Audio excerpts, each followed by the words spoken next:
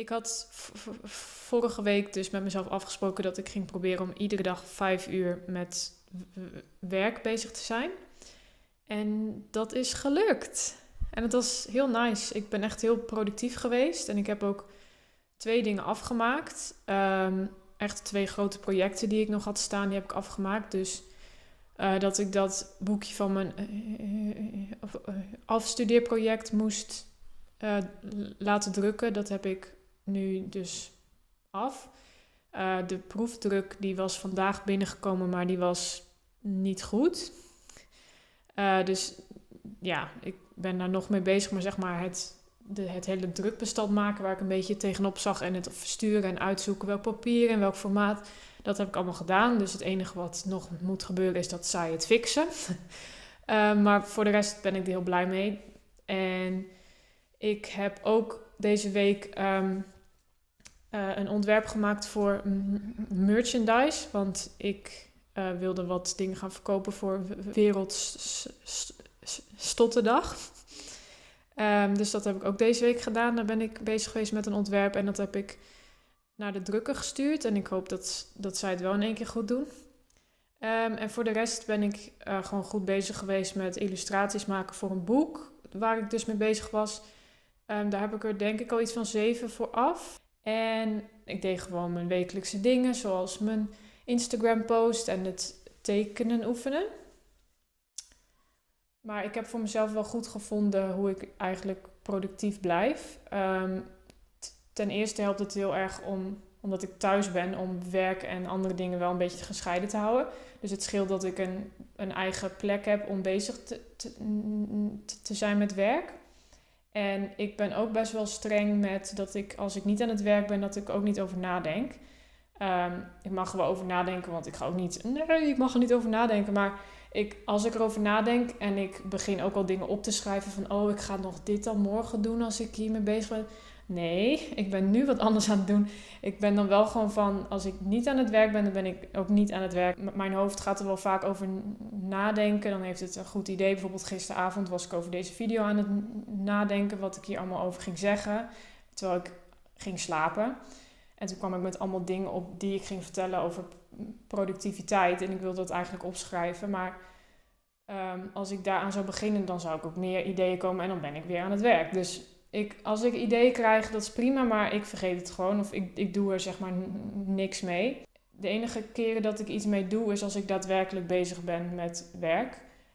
En zo, ja, dat vergt wat oefening. Want in het begin ben ik dan heel bang dat ik echt hele belangrijke dingen vergeet. Maar ja, ik vind ontspanning en rust in mijn hoofd dan toch belangrijker dan dat ik een heel belangrijk creatief iets vergeet. Ja, dan denk ik, ja, dan vergeet ik dat maar. Misschien is het een geweldig idee wat alles kan veranderen, maar ja, ik heb liever nu dat ik gewoon ga slapen, zeg maar. En omdat ik dat nu ook vaker doe, dat ik gewoon het negeer als mijn hoofd weer een geweldig idee heeft, wat met werk te maken heeft, terwijl ik niet aan het werk ben. Omdat ik dat nu vaker negeer, houdt mijn hoofd er ook sneller over op, zeg maar. Dus dat is top. En sommige mensen zijn bij deze aanpak bang dat het je creativiteit remt. Maar dat is niet mijn ervaring. Het is nu gewoon zo dat ik op specifieke momenten mijn creativiteit kan gebruiken. En daarbuiten wat meer rust in mijn hoofd heb. En dat lijkt me wel gezond, want hiervoor ging het een beetje door elkaar heen. En dan was ik heel druk in mijn hoofd. En dan sliep ik ook slechter en zo. Dus ik denk dat dit wel een gezonde aanpak is. En ook dat het risico op een burn-out verkleint. En een ander hulpmiddel voor productiviteit is dus dit bord. En ik vind het handig om bepaalde taken en dingen op te delen in verschillende kleuren. Dus dat de grote projecten die haast hebben, die heb ik roze gemaakt. De iets kleinere projecten of de projecten die iets minder haast hebben, heb ik geel gemaakt. En de dingen die ik elke week doe, die heb ik groen gemaakt. En zo hou ik de grote dingen overzichtelijk. En dan in mijn agenda plan ik de dag van tevoren plan ik het ding wat ik ga doen. Maar ik deel het wel op in kleine stapjes. Dus ik zet niet in mijn agenda, maak illustraties, maar ik omschrijf het dan wat specifieker, zeg maar. En dat helpt ook wel. Want anders dan moet ik er alsnog over nadenken de volgende dag van... Maar wat ga ik dan precies doen? Nee, ik heb het al gewoon heel duidelijk afgebakend. Want anders dan ga ik er weer te veel over nadenken. En dus wat heel erg helpt is die stopwatch. Die ik dus aanzet als ik ga werken en uitzet als ik iets ga doen wat niks met werk te maken heeft. En daardoor weet ik precies hoeveel ik heb gewerkt. En kan ik het ook wat makkelijker gescheiden houden. En ik merk dat het voor mij ook beter werkt om in uren te werken, zeg maar in tijd en niet in taken. Omdat als ik in taken ga werken, dan wil ik gewoon die taken af hebben. En dan ga ik het een beetje afraffelen soms. Dus daarom vind ik het fijn om in uren te werken, want ik moet dan wel gewoon goed bezig zijn. En dan, ik moet toch zoveel uur bezig, dus dan ga ik ook gewoon goed bezig met die dingen die ik nog moest doen. Ik weet niet of dat logisch is, maar daarom werkt het voor mij om meer te werken in tijd in plaats van in de taken die ik moet doen. En ik heb gisteren ook nog hulp gekregen van een vriend voor de BTW-aangifte, want ik heb me dus ingeschreven bij de KVK. En dan moet je elk kwartaal BTW-aangifte doen. En hij weet precies hoe dat moet. En hij weet hoe je moet boekhouden en zo. Dus daar helpt hij mij bij. Dus dat is top. Dat is heel chill. Want anders dan was ik er ook wel achter gekomen. Maar dit geeft me gewoon iets meer rust in mijn hoofd. Want ik hou niet van getallen. En ik moet er trouwens ook een beetje op letten dat ik wel bijhoud waar ik alles neerleg. Want ik had sommige belangrijke brieven, was ik al bijna kwijt. Dus die moet ik echt even goed ergens neerleggen op dezelfde plek.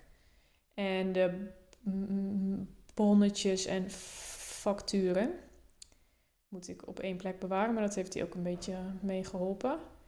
Dat is toch vaak, denk ik, met creatieve mensen. Dat zie ik wel vaker, dat ze gewoon met andere dingen dan wat chaotischer zijn. Dus ja, maar ik ben aan het leren. Ik heb dus, even kijken, heel veel handen. Ik heb niet nog een hand. Deze heb ik dus af. Dat was de merchandise voor mijn Stotter Instagram. Dus die kan hier. En wat had ik nog meer af? Dat was mijn graduation boekje. Oh, dat is deze. Hij is een beetje uitgevlekt, maar dat was deze. Die is ook af. En even kijken wat ik dan de volgende week op de planning heb staan. Oké, voor volgende week moet ik eigenlijk elke dag wel bezig met die boekillustraties. Dus dat is gewoon elke dag. Update website. Ja, mijn website is heel moeilijk te vinden, dus daar is iets niet helemaal goed gegaan. Maar dat is denk ik niet voor deze week, maar dat kan hier bij Doing. Tekenen oefen staat nog bij Doing, want dat doe ik elke dag. Ik denk dat ik met het geboortekaartje bezig kan en met het logo voor iemand. En natuurlijk woensdag mijn post op Instagram voor Just Stutter. De extra video. Wanneer zal ik die? Ik zal die hier doen en dan deze hier. Die extra video wil ik wel een keer af hebben over het tekenen. Ik denk dat dit zo wel goed is. En dit zal zich ook weer hierheen verplaatsen. Als ik de dagen doorloop, zeg maar. Ateliervlog en een post voor Instagram. Dat heb ik trouwens afgelopen week ook gedaan. Dus die was ook gelukt. En trouwens, ik heb me voorgenomen om niet meer 's avonds bezig te zijn met werk. Want de afgelopen video was ik om 2 uur 's nachts aan het editen. En dat leek een goed idee op dat moment. Maar ja, dat moet ik gewoon niet doen. Ook al ben je dan zogenaamd productiever 's avonds. Ja, ik moet gewoon slapen. Dus dat ga ik niet meer doen. Dat ga ik proberen in elk geval. Maar dit is het voor de komende week. En dat ga ik hopelijk gewoon doen. Dus dat is het voor deze week weer. En ja, het was een hele fijne, productieve week. En ik hoop volgende week weer. Dat heb ik zelf in de hand. Dus dan zie ik jullie volgende week weer. Heel erg bedankt voor het kijken. Doeg! Oké, ik ga nu echt een geposeerde thumbnail maken. Nu word ik pas echt een YouTuber.